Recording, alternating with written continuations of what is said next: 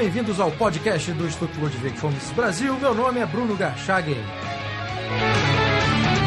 Hoje eu converso com Benê Barbosa, especialista em segurança pública.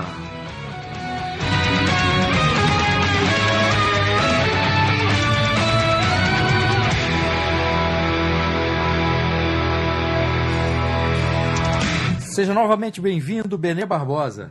Olá, Bruno, um prazer estar aqui novamente. Benê, nós estamos gravando essa entrevista na quinta-feira.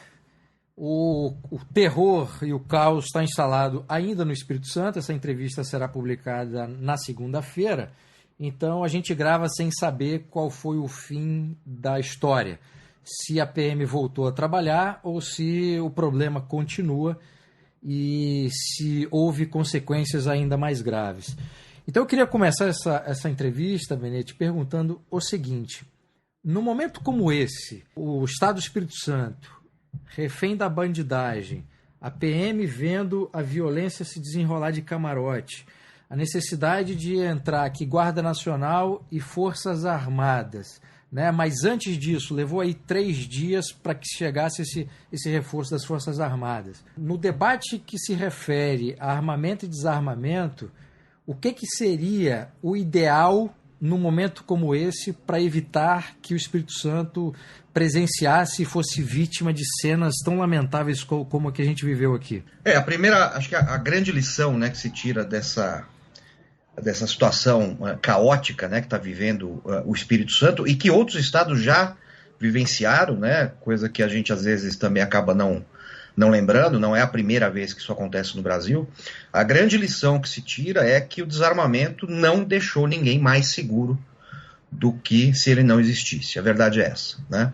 Então eu acabo de ler agora aqui no site da UOL, inclusive, né, que olha só, não há como garantir a vida de ninguém no Espírito Santo, né, disse o procurador do Ministério Público do Trabalho, que recomenda a liberação de todos os trabalhadores do Estado, né? Isso foi agora, de manhã, hoje de manhã, ou seja, a situação é caótica. Os próprios representantes do Estado estão aí dizendo que não podem controlar a situação, que não podem garantir a vida de ninguém, e que, convenhamos, né, é uma situação que, embora seja nesse momento extrema, ela é uma situação que já existe no Brasil desde que o Brasil é Brasil, né? Nós vivemos num país com 60 mil assassinatos por ano, ou seja, o Estado ele não consegue garantir a vida de ninguém, a verdade é essa. Mesmo numa situação de normalidade em que a PM está trabalhando, essa segurança não é garantida, né, Benê? Exatamente, né? Não existe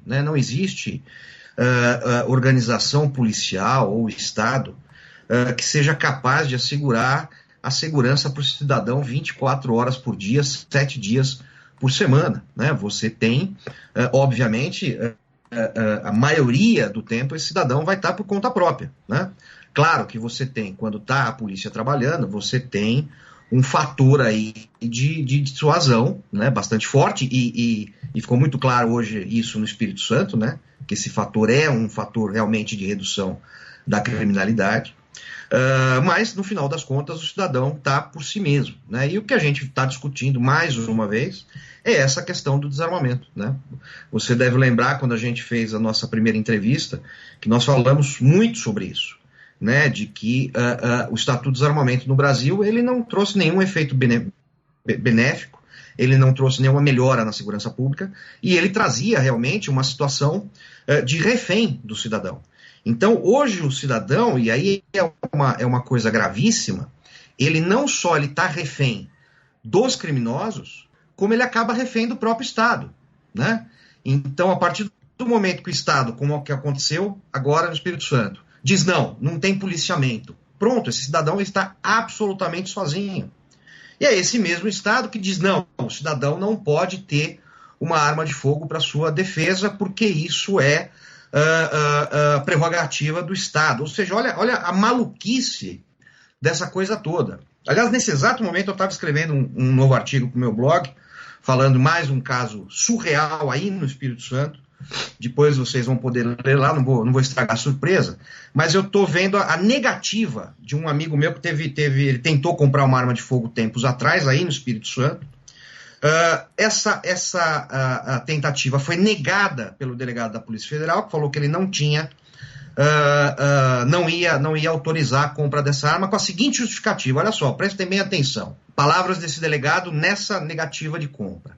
A utilização da força na prevenção e combate à criminalidade é exclusiva e dever do Estado, através de seus órgãos de segurança pública. Horas, ele está dizendo que não, é o Estado que vai cuidar do cidadão, só que é o mesmo Estado que agora nem policiamento tem. Olha o absurdo dessa legislação de se dar um poder desse, discricionário, que se transforma num poder arbitrário, para alguém do próprio Estado dizer que você, cidadão, não pode ter uma arma de fogo. Será que se o amigo voltar lá amanhã, a opinião será distinta, Benê? Eu não sei se vai ser distinta, mas que vai ser muito mais difícil ele alegar isso, com certeza vai.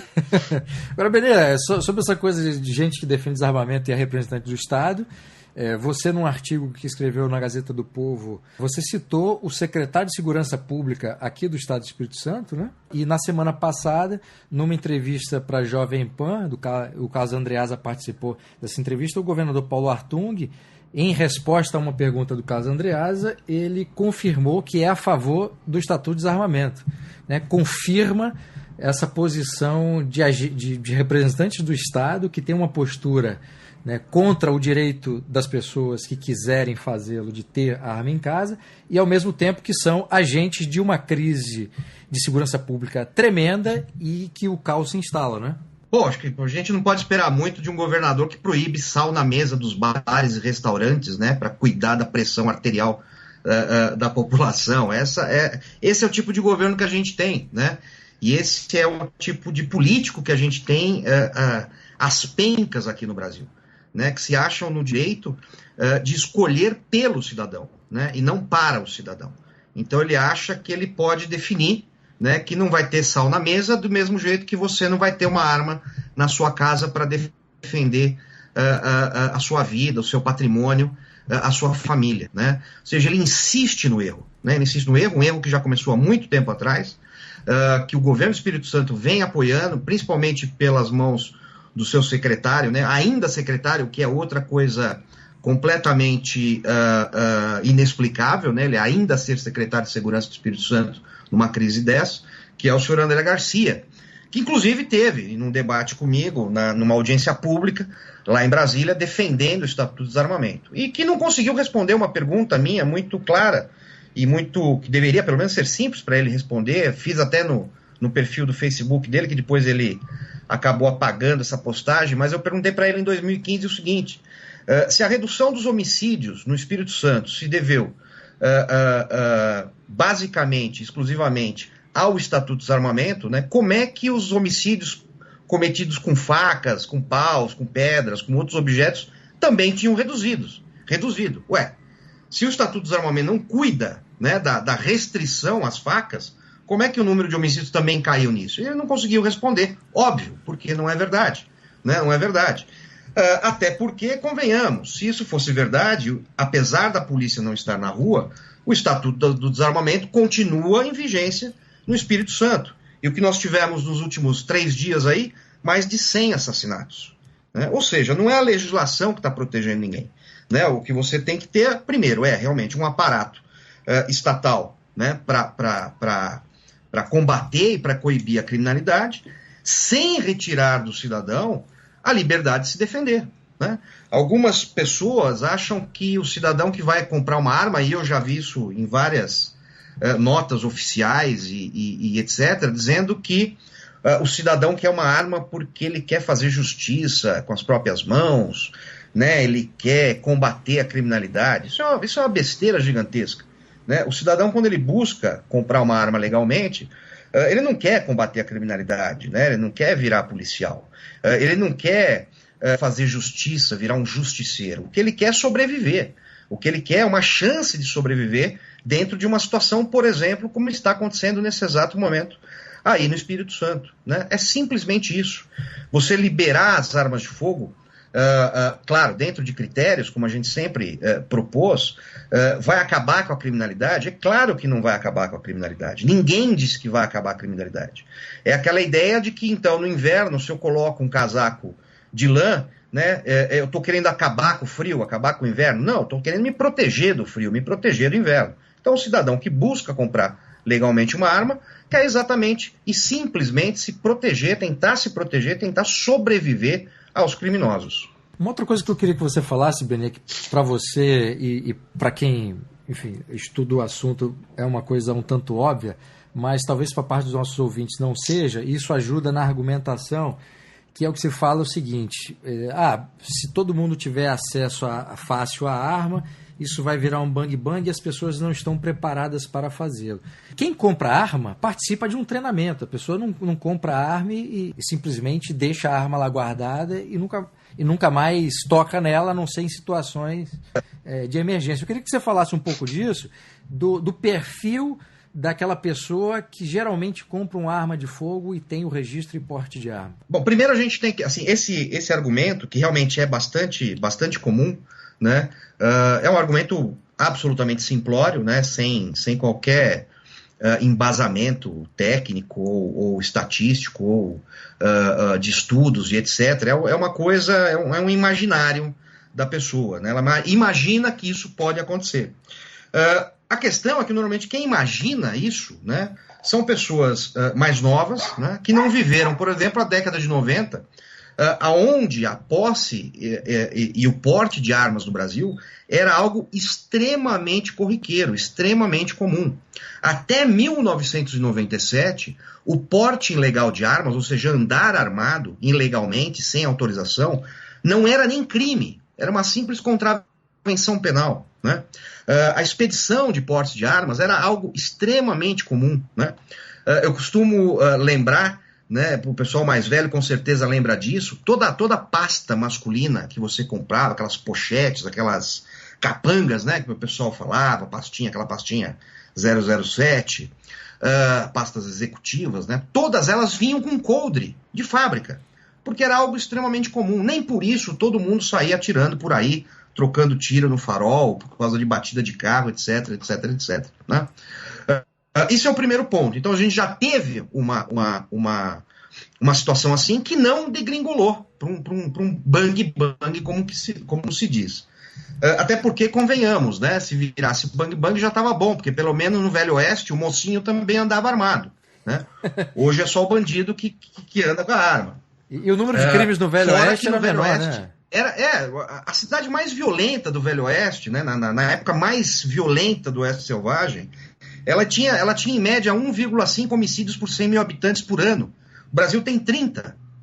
Né? O Brasil tem 30, ou seja, tem quase 20 vezes mais homicídios do que tinha o Velho Oeste. Então, se a gente voltasse para o Velho Oeste, já ia ser um lucro fantástico. Mas voltando a isso. Então, assim, a questão é, né, então, por exemplo, o que está sendo discutido agora, que é o projeto de lei 3722 do deputado federal Rogério Peninha, né, que muda e que acaba com o Estatuto do Desarmamento, que cria uma legislação que atende essa necessidade, essa liberdade do cidadão de se defender. Mas atende como? Com critérios objetivos. Então ele vai ter que fazer um curso de tiro, ele vai ter que saber utilizar aquela arma, ele vai passar por um teste psicológico para provar que ele não é maluco, que ele não baba no teclado, né?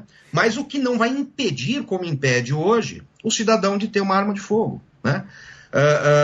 A legislação hoje, isso é uma outra mentira que é contada, né, com muita frequência, é que assim, não, mas hoje você pode comprar uma arma de fogo. Sim, pela legislação você pode, só que você não consegue, né? Então é aquela proibição branca, que é muito pior que uma proibição, né? Ela é muito mais revoltante que uma proibição simples e pura. Então essa ideia de que as pessoas vão sair por aí armadas, trocando tiro, isso é uma grande bobagem, né? Eu tenho alguns textos publicados sobre isso, o pessoal quiser procurar, né, no meu blog, em alguns outros jornais, eu falo exatamente isso, que o brasileiro precisa parar de ter esse complexo de vira-latas, como dizia Nelson Rodrigues, né, e se achar que ele é menos civilizado que o cidadão paraguaio, por exemplo, que anda armado com uma facilidade muito grande, ou o próprio Uruguai, que é o país mais armado da América Latina e tem a segunda menor taxa de homicídios, a Argentina, né? Todos esses países as pessoas têm muito mais armas que o Brasil e têm muito menos homicídios. Benê, eu sei que nós já falamos disso no podcast anterior, mas eu queria que você repetisse o que muda desse projeto de lei que está em discussão para a atual legislação, o que facilita, no fundo? Vamos de onde para onde? Nós saímos de uma legislação que foi feita para o desarmamento, tanto é que chama Estatuto do Desarmamento, para uma ideia de uma legislação que legisla sobre a arma de fogo, sobre a utilização, fiscalização, controle de armas de fogo. Ou seja, ela perde esse critério de ser uma legislação proibitiva, né?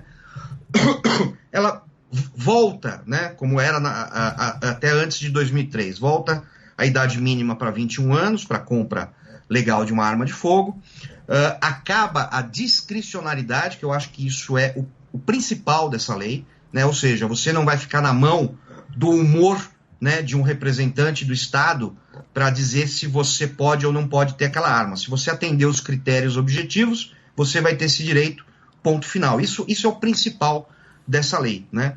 Ainda é uma lei restritiva, não é pouco restritiva, ainda traz algumas limitações que eu considero ainda até um pouco exageradas, mas que nesse momento é a política do possível. E a raiz ideológica dessa mentalidade desarmamentista, Benê, ela começa quando? Você falou o ano de 97, salvo engano, que é quando começa efetivamente as restrições para o estado anterior, que era mais simples, e era até um hábito você ter arma em casa. Eu lembro que a minha geração pegou isso, talvez tenha sido a última geração, né, que hoje está em torno de 40 e poucos anos, foi a última que pegou essa cultura, né, era normal, quer dizer, os pais, avós terem armas em casa, né? A partir de qual momento que isso muda? O Brasil ele sempre sofreu com algum tipo de restrição, né? Desde o tempo do Brasil colônia, quando fabricar uma arma de fogo em solo brasileiro sem autorização da coroa podia ser apenado com a morte, né? Obviamente, ninguém estava preocupado com criminalidade, era uma questão de controle social, controle da coroa sobre a sua colônia, né?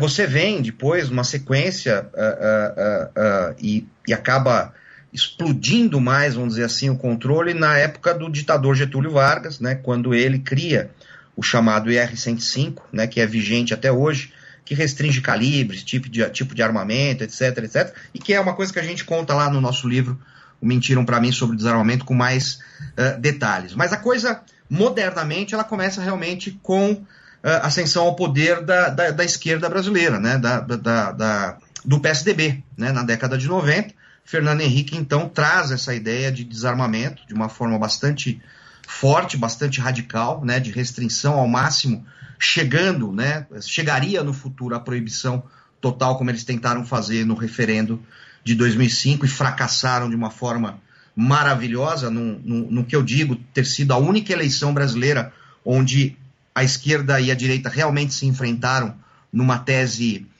bastante clara entre as duas, né, o posicionamento dos dois lados, porque o que a gente tem no desarmamento é exatamente essa questão ideológica, essa questão da esquerda que acha que quem tem que controlar tudo é o Estado, que o Estado tem que ter o monopólio da força, que o Estado tem que ser o único que tem que ter as armas em suas mãos, né?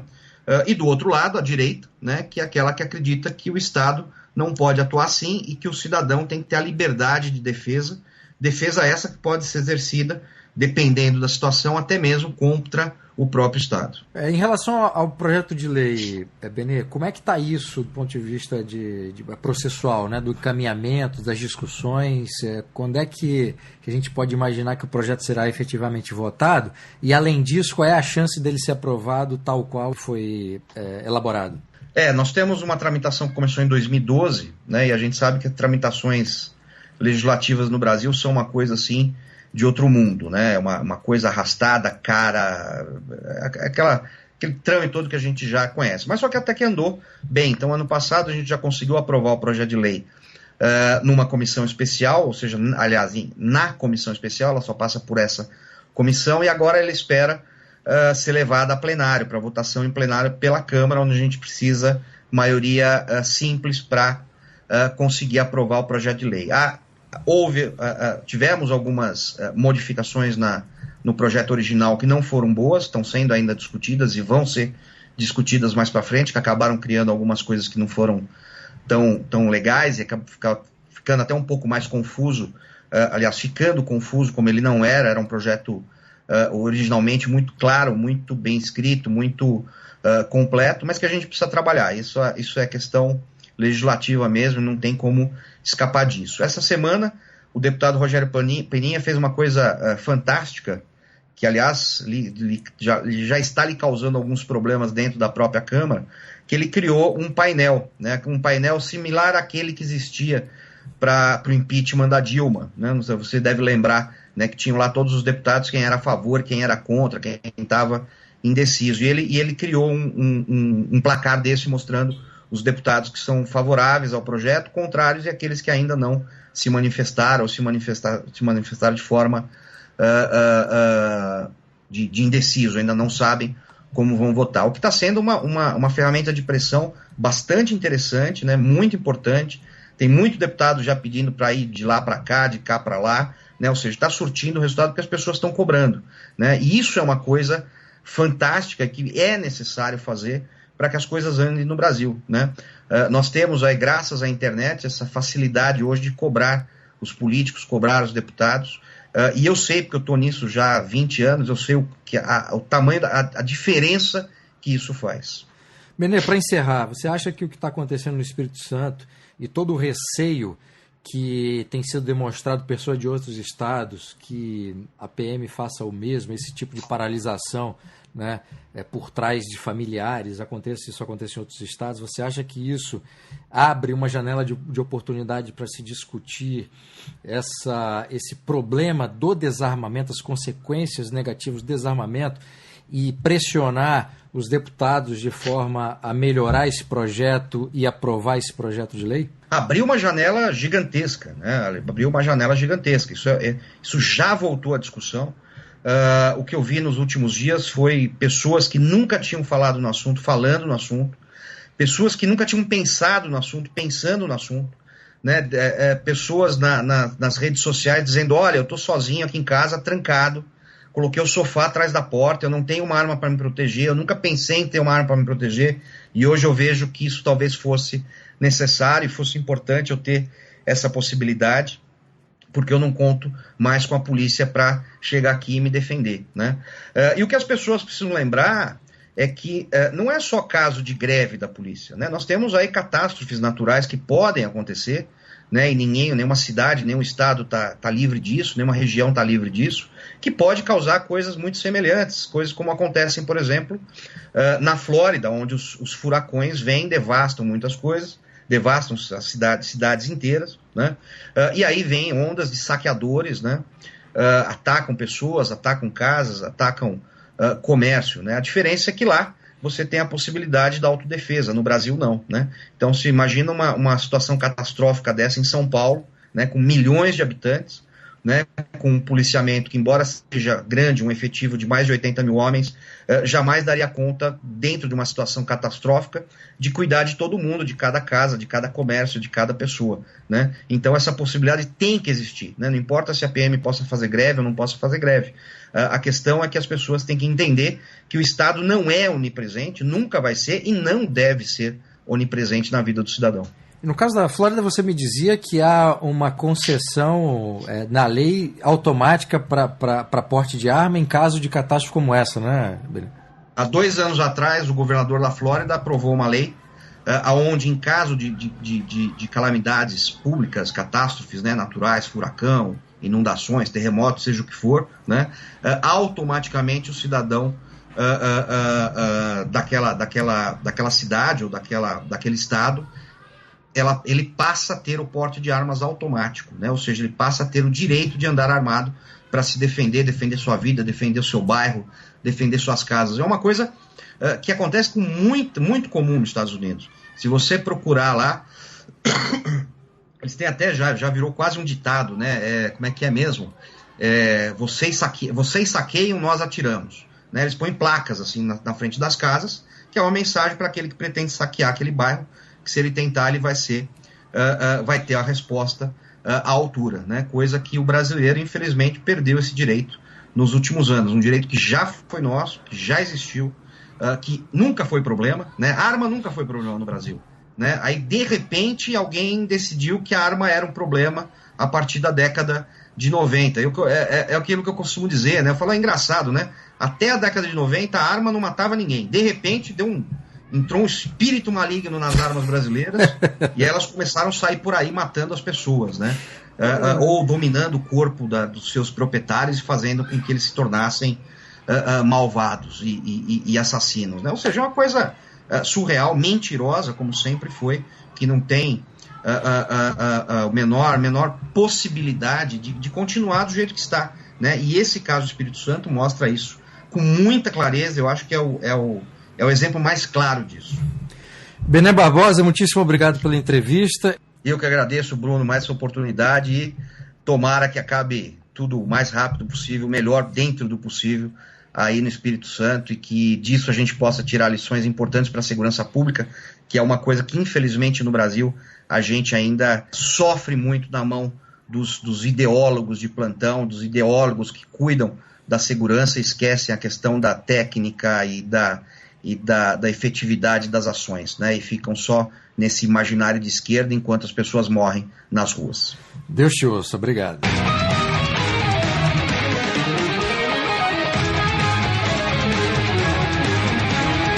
Este foi o podcast do Instituto Ludwig von Mises Brasil. Meu nome é Bruno Garchagen.